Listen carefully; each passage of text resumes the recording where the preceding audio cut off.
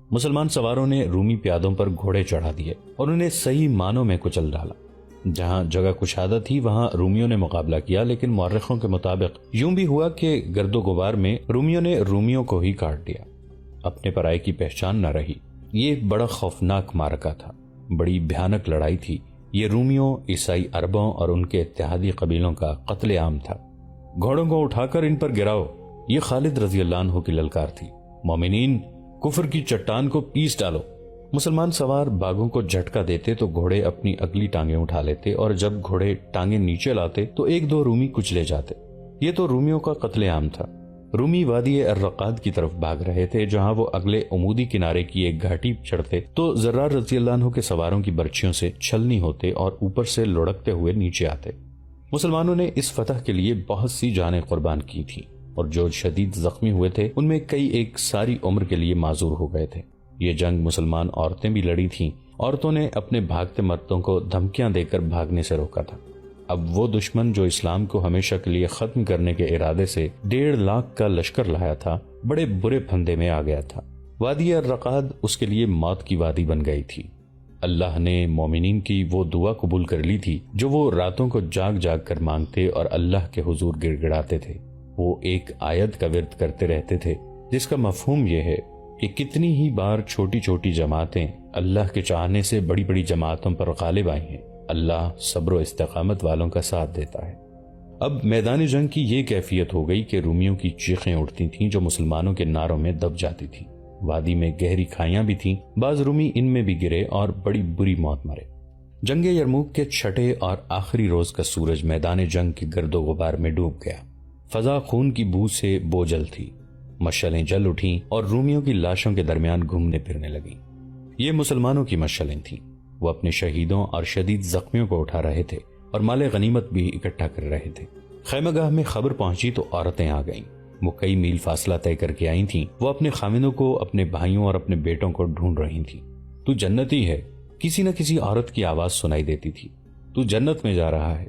جنگ ختم ہو چکی تھی، لیکن خالد رضی اللہ عنہ کی جنگ ابھی جاری تھی۔ رات بھر مسلمان شہیدوں، زخمیوں اور مال غنیمت کے ساتھ مصروف رہے، لیکن خالد رضی اللہ عنہ کی مصروفیت کچھ اور تھی۔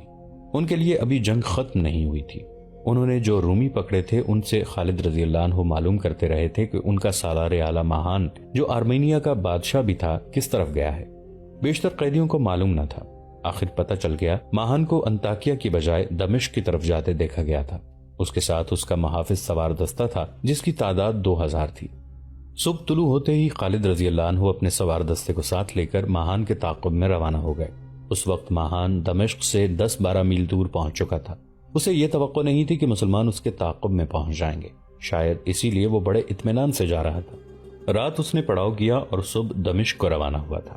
شہنشاہ معظم، اسے اپنے کسی ساتھی نے کہا، وہ دیکھیں گرد اڑ رہی ہے، یہ کوئی سوار دستہ لگتا ہے۔ اپنا ہی ہوگا، ماہان نے کہا۔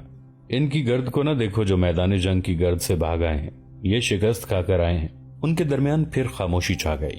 ماہان کی ذہنی کیفیت بہت بری تھی۔ وہ کسی کے ساتھ نہیں بولتا تھا۔ اس کی افسردگی کا باعث صرف یہ نہیں تھا کہ اس نے شکست کھائی تھی، بلکہ یہ کہ اس نے بڑی تھوڑی تعداد کی فوج سے شکست کھائی تھی۔ اس نے مسلمانوں کو کچل کر واپس آنے کا دعویٰ کیا تھا، مگر اب وہ انطاکیہ جانے کے بجائے دمشق کی طرف جا رہا تھا۔ انطاکیہ میں شہنشاہ روم ہرقل تھا۔ ماہان اس کا سامنا نہیں کرنا چاہتا تھا۔ جن سواروں کی گرد نظر آ رہی تھی، اب ان کے گھوڑوں کے قدموں کی ہنگامہ خیز آواز سنائی دینے لگی تھی جو بڑی تیزی سے قریب آ رہی تھی۔ ماہان پیچھے نہیں دیکھ رہا تھا، وہ انہیں میدان سے بھاگے ہوئے سوار سمجھ رہا تھا۔ سوار قریب آئے تو 2 حصوں میں بٹ گئے اور اس کے گرد گھیرا ڈالنے لگے۔ اس کے ساتھ ہی للکار سنائی تھی، انا فارس الضدید، انا خالد بن ولید۔ تب ماہان چونکا۔ اس کے ساتھ اپنے 2000 سوار محافظ ہی نہیں تھے، بلکہ آرمینیا کی باقاعدہ فوج کی بھی کچھ تعداد تھی اور کچھ عیسائی عرب بھی تھے۔ اس نے ان سب کو لڑنے کی ترتیب میں کر دیا اور خود اپنے چند ایک محافظ ساتھ لے کر الگ ہٹ گئے۔ خالد رضی اللہ عنہ کو بتایا گیا تھا کہ ماہان کے ساتھ اپنے محافظوں کا سوار دستہ ہے، لیکن اس کے ساتھ اس سے دگنی سے بھی کچھ زیادہ تعداد تھی۔ خالد رضی اللہ عنہ نے گھیرے کی شکل میں حملہ کیا۔ ماہان کی فوج نے جم کر مقابلہ کیا، لیکن مسلمان تھکے ہوئے ہونے کے باوجود تازہ دم لگتے تھے۔ یہ فتح کی خوشی کا اثر تھا۔ تاریخ میں اس مجاہد کا نام نہیں ملتا جو لڑائی میں بچتا بچاتا ماہان تک جا پہنچا۔ وہ ماہان کے سواروں کا حصار توڑ گیا اور اس نے ماہان کو ہلاک کر دیا۔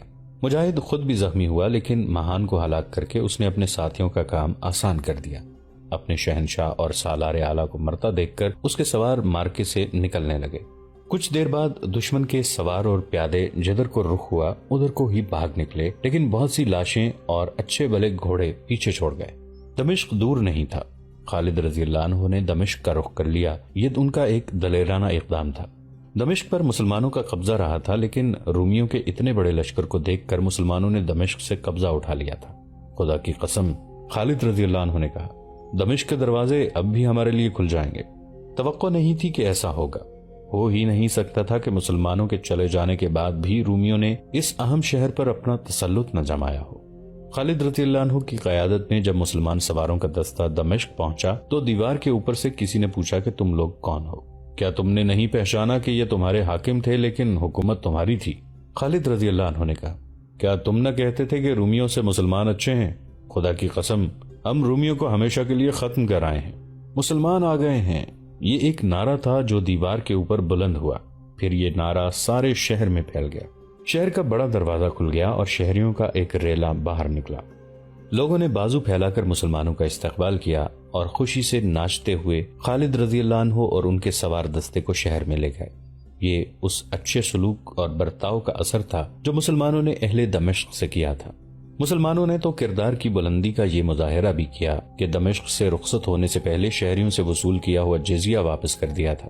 خالد رضی اللہ عنہ دمشق میں نہیں رک سکتے تھے، انہیں یرموک پہنچنا تھا اور فتح کے بعد کے امور اور انتظامات دیکھنے تھے۔